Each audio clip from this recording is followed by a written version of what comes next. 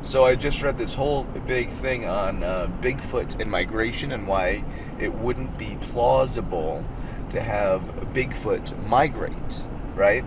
And that's because my theory is that they're nomadic. I think they follow the food, but going to the migratory thing is there's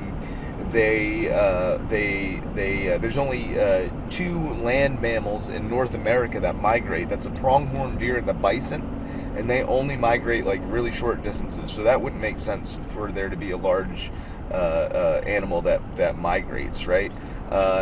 Primates don't migrate. That's not in their thing. They have one like little home area type thing. Also, what's interesting enough is if you have a large family group, you would need, in a migration pattern, you would need to have family groups to be able to intermingle, if you know what I mean, and have babies together, right, and procreate.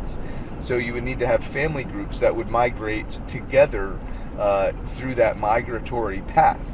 If you have a large group of large bipedal animals that go through a path, all you got to do from that area is, if we know the time and the area of that area, all you got to do is trap a couple mosquitoes, and boom, we're gonna have Bigfoot DNA in the mosquito, whatever they use it as. So that's a theory and a reason why I think Bigfoots do not migrate.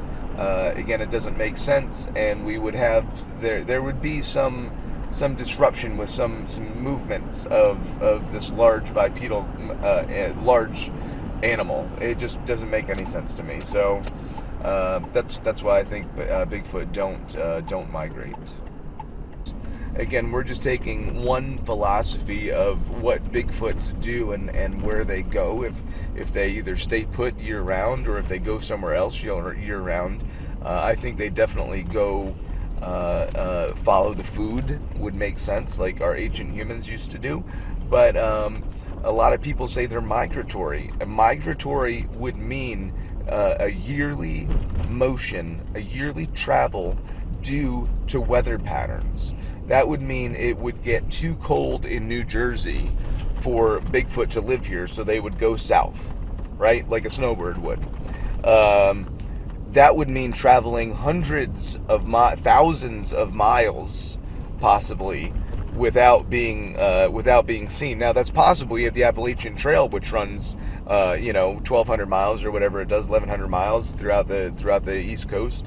So it is possible. However, you would need a herd of Bigfoots to be able to migrate that distance and that far. You would need a group of Bigfoots to be able to roam together. It's migration is a herd movement. So you would see patterns of herd migration, especially as a large apex predator such as a Bigfoot would move through an area, and a lot of them would move through that area.